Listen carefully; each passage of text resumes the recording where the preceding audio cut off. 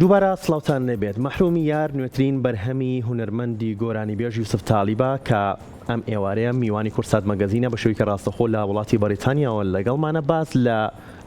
نوێترین بەرهەمیەکات مەحرومی یار باز لەم بەرهەمایەکات و هەروەها باز لە پلان و پرۆژەی داهاتووی خۆیەکات. کاک یوسف سڵاوت لەبێ ئەم کاتە و باش. وڵاو کاگە ڕۆنگیانم کاتی جەناب و بینەرانی کورساتی خۆشەویست باش. سڵاو لە بەڕێزت دووبارە پیرۆزبایی بڵاوکردنەوەی نوێترین بەرهەمت لێەکەین. زۆر سوپاس دەکەم مەمنونم هەر بژین پێشکەشی ئێوە و بینەرانی خۆشەویست. سوپاس بۆ تۆ. لەگەڵ بینەرانە بینەری ئەم کارە ئەبین کە کۆتا بەرهەمی هونەرمەند یوسف تالیبە مەحرومی یار با بینەری بین و ئەگەڕێنەوەلات.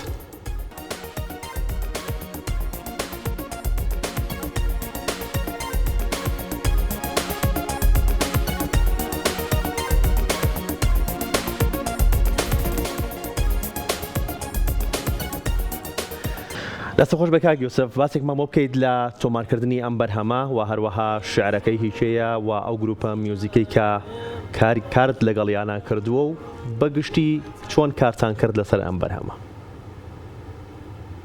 زۆر سوپاس کاکە ڕەوەندیان، ڕاستی بچینە ناو سەرەتای دروستبوونی ئەم کارەوە. ئەم کارە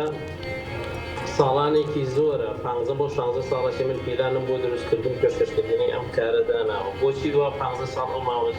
دوور و درێژە بۆ بەرهەمێکی لەو شێوە. بە حەقیقەت پێویستە ئەوە بڵێم کە من پێشەوەی کە سەفەر بکەم بۆ دەرەوەی وڵات جارێک بام کۆمپانی کردم بە ڕەحمەت بێ فەرمووی وەرە ڕۆڵە بورە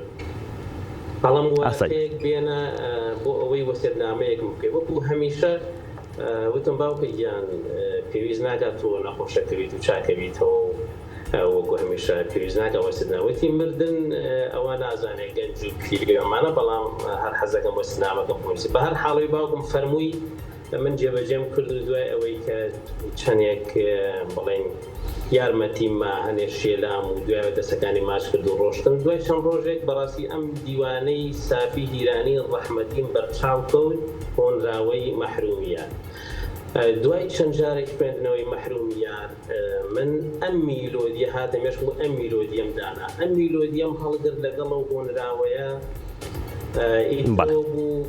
بەداخەوە من سەفەری دەرەوەی وڵاتم کرد و ڕۆشتنم بۆ سویسرا و دوای چەند ساڵێک مانەوەم لە سویسرا دووبارە دیسان کۆچم کرد بەرەو بەریتانیا. لە بەریتانیا نیشتەجێ بووم لە ڕێگەی ئوستاد سەید عەلی جابری کۆمپۆزەر پەیوەندیمان بە ئوستاد تەوحید وەحیدەوە کرد لە ئەسفەهان کە میلۆدیەکەم بۆ نارد و گوێ لە میلۆدیەکە گرت و هۆنراوەکەمان لە ڕێگەی خاتون نەسرین وەیسی زۆر سوپاس یەکەم کە جەنابیان هونەرمەندن هاوکاری کردم کە هۆنراوەکەی بۆ کردم بە فارسی بووم لە چونکە ئوستاد تەوحیدەتی پێویستە من بە باشی لە هۆنراوەکە تێر بم. هۆنراوەکەمان بۆ کرد بە فارسی و زۆر بەلایەوە خۆش بوو، زۆر پەسەند بوو بەلایەوە. ئیتر ئەویش خۆی چەند کارێکی بڵێن دەستکاری میلۆدیەکەی کرد هەتاوەکو جوانتری بکە و کە میلۆدیەکە دروست بوو. ئیتر من لێرەوە لە بەریتانیاوە سەفەرم کرد بۆ ئەسفەهان، لە ئەسفەهان لەگەڵ ئوستاد تەوحیدی بەڕێز ئەو کلیپە جوانەمان کرد و بەڕاستی لێرەوە پێویستە زۆر سوپاسی ئەو بکەم کە زۆر هاوکارم بوو و ئوستاد نەبیل شەریف داوی ئەویش هەر ئوستادێکی گەورەیە لە ئەسفەهان و ئەو هونەرمەندە ئازیزانە هەمویان بەڕاستی زۆر سەرسام بوون بە کارەکەەوە بە میلۆدیەکە بە هۆنراوەکە بۆی کە ئەو ڕۆژە هاوکارێکی تەواویان کردین و سوپاسێک. منیش ئەم گۆرانیان پێشکەش کرد بە ڕۆحی باوکم کە ئەڵێ مەحرومی یار واتە دوور لە ئازیزان، دووری هیوادارم هیچ کەسێکی تر دوور نەکەبێتەوە لە ئازیزانی هەر چۆنێک بێت. ئێمەش ئەم گۆرانی جوانم لێ دروست کرد و پێشکەشی ئەەکەم بە ڕۆحی باوکم و بە بینەرانی خۆشەویست و بە هەموو ئازیان هیوادارم بە دڵی بینەران بێت. کاک یوسف ڕۆحی باوکی بەڕێزت شاد بێت. لە ئەکاونتی تایبەتی خۆنووسیوتە کاتێک مرۆڤ هەست بە دابڕانەکات پێویستە گوێ لە دڵشکاوێکی وەک و سافی هیرانی و من و ئەو گروپە بگرێت. تا چەند دابڕان بووە هۆی دروستبوونی ئەم بەرهەمە؟ ڕاستی هەر ئەو دابڕانە بوو کە من توانیم بە ڕۆح کار لەسەر ئەم میلۆدیی سافی هیرانی مەزن بکەم ڕەحمەتی لێ بێ بەڕاستی میلۆدیەکە لێوان لێو پڕ لە ڕۆحە بۆیە منیش کارێکی ڕۆحیم لەسەر کرد و بەڕاستی زۆر پێوەی ماندوو بووم بێجگە لەوەی کە من ئەم گۆرانیە پێشکەش کرد بە ڕۆحی باوکم و یعنی پێویستە تۆ هونەری کوردی و یاخود ئەدەبیاتی کوردی هێندە دەوڵەمەندە تۆ پێویستە بەو گەورەیە کار لەسەر دەوڵەمەندی و گەورەیی هونەری کوردی بکەیت چونکە تۆ هۆنراوەیەکە هێنی ئەم هۆنراوەیە تەنها هۆنراوەیەکی سادە نییە ئێمە بین گۆرانێکی لێ دروست بین ئەم هۆنراوەیە باس لە تەواوی ئەدەبیاتی میلەتێکی گەورەی وەکو ئێمەی کورد دەکا پێویستە گۆرانی بێژ هونەرمەند بەو گەورەیەوە کار لەسەر گەورەیی هۆنراوە و ئەدەبیاتی کوردی بکە لەبەر ئەوەی ژیانی هونەریت ڕۆژژمێری هونەریت تۆمار ئەکا لەو ڕۆژەوەی کە تۆ چۆن کار ئەەکەی باش یاخود خراپ ڕۆژژمێری هونەریت وەکو خۆی ئەینووسێتەوە چونکە مێژوو شەرم لە کەسمان ناکا و ئەوەی لای من گرنگە بەڵێ کاک یوسف پێتان وایە بەڵێ ئەوەی لای من گرنگە بەڕاستی ئەوەیە کە من کار لەسەر بە پێی توانە کار لەسەر ئاشکردنەوەی ئەو کەسە تۆراوانە ئەەکەم کە لە هونەری کوردی ئەمڕۆ تا ڕادەیەک تۆراون بەڕاستی بەهۆی هەندێک بۆنراوەی لەگەڵ ڕێزم یعنی شایەنی ئەوە نییە کە ئێمە پشتی پێ ببەستین هونەری کوردی پشتی پێ ببەستیەوە دڵی پێی خۆش بێ بەڕاستی هەدەفی من ئەوەیە لێرەیە کار لەسەر ئاشکردنەوەیان کەم بووە ئومێدەوارم کە بتوانم ئەو کارە بکەم و دڵنیام کە ئەشتوانم ئەو کارە جێبەجێ بکەم بەڵێ کاک یوسف پێتان وایە گۆرانی و میوزیک بتوانێت برینی دابڕان و دووری سارش بکات؟ کاتە ڕەوەندیان بەڵێ گۆرانی کاتێک تۆ یاخود هەر کەسێک گوێ لە هۆنراوەیە کە گرێ ئەو هۆنراوەیە وردکردنەوەی ڕۆحە باز لە دابڕانەکە باز لە خۆشەویستی ئەکا باز لە فیراقەکە باز لە خۆشەویستی ئەکا بە تەکید کاتێک کە تۆ هۆنراوەیەکی جوان هەڵەبژێری بە تایبەتی کلاسیک کە ئیتر لێوان لێو پڕ لە ڕۆحە بە تەکید گزامی دووری زامی دابڕان ساڕێژەکە بگرە زیاتریش بەڵێ پێتان وایە ڤیدیۆ کلیپەکە تا چەند هاوکارە لە گەیاندنی پەیامەکە کە دابڕانە؟ ڤیدیۆ کلیپەکەم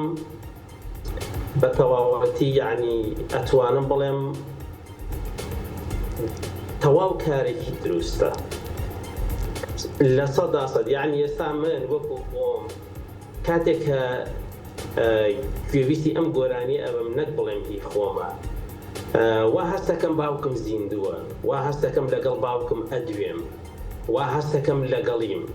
یعنی ئەمە هەمیشە وات لێکە کە زیندوو بێتەوە لەلات چونکە بەڕاستی ئەم هۆنراوەی سافی هیرانی مەزن و هەر هۆنراوە کلاسیکیەکان بەڕاستی پڕ لە ڕۆح و زیندوو بوونەوەیە بۆیە گومانم لەوە نییە کە بە تەواوەتی کاریگەری لەسەری هەم لەسەر خۆم هەم لەسەر ئەوانێک کە لە ئازیاندا بڕاون بتوانێت یعنی تێکەڵەیەکی ڕۆحیان بۆ دروست بکات کە هەر وەکو ئەوەی زیندوو بێ و نەمرد بێ و هەمیشە لەگەڵی بتوێن بەڵێ دەستی خۆش بە کاک یۆسف ئەمە دوایین بەرهەمی کاری هونەری تۆ بوو و ئەکرێت بڵێن بزانین پلان و پرۆژەی داهاتوو چییە لە دوای مەحرومی یار؟ کاکە ڕەوەندیان ئەمە کۆتا بەرهەمی یوسف تالبە وەکو نوێترین بەڵێ بێگومان من هەوڵم ماوە کە ئەرکی سەرشانی خۆم جێبەجێ بکەم ئەرکی سەرشانم پێشکەشکردنی ئەو کارە جوانانەیە پێشکەشکردنی ئەو هۆنراوە جوانە کلاسیکیانێ کە پڕ لە ڕۆحەوە ڕاستی یعنی هەوڵ ئەدەم ئەمە وەکو منەت نییە بەسەر میلەتەکەمەوە من خزمەتکاری میلەتی کوردم خزمەتکاری کوردم هەوڵ ئەدەم ئەوەی جوانترین بێ پێشکەشی بکەم بێگومان لێت نەشارمەوە هەم بۆ جەنابت و بۆ بینەرانی خۆشەویست و بۆ کوردستانیانی ئازیز مژدەتان ئەدەمێک کە چەند کارێکی ترم هەیە نەک چەند ئێستا چەندانەیەکم ئامادەیەکە کاری لەسەرەکەم بەڵام چەندین میلۆدی و چەندین گۆرانی نەبیسترا و میلۆدی نەوترا و چەندین کاری جوانم لە ڕێ و وردە وردە ئینشاءڵڵا کار لەسەر جێبەجێکردنی هەمویان ئەەکەم و پێشکەشی بینەرانی خۆشەویستی ئەەکەم. بەڵێ سپاس بۆ تۆ کاک یوسف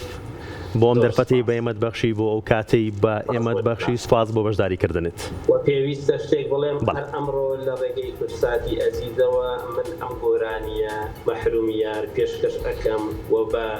کورساتی ئەزیز بە هەموو کوردستانیان لە هەر کوێ هەن هیوادارم بینینی بن لە ڕێگەی چەناڵی یوتیوبی خۆمەوە و هەم لە ڕێگەی شاشە جوانێکی کورساتەوە پێشکەشی بینەرانی خۆشەویستی ئەەکەم و هیوادارم بەدڵی هەموو لایەک بێ و زۆر سپاس بۆ ئەم دەرفەتە زێڕینە مەمنونم. هەمیشە سەرکەوتوو بیت بە هیوای کاری باشتر و بەردەوامی لە کاری هونەریە. سپاس بۆ تۆ سپاس بۆ بەشداریکردنت.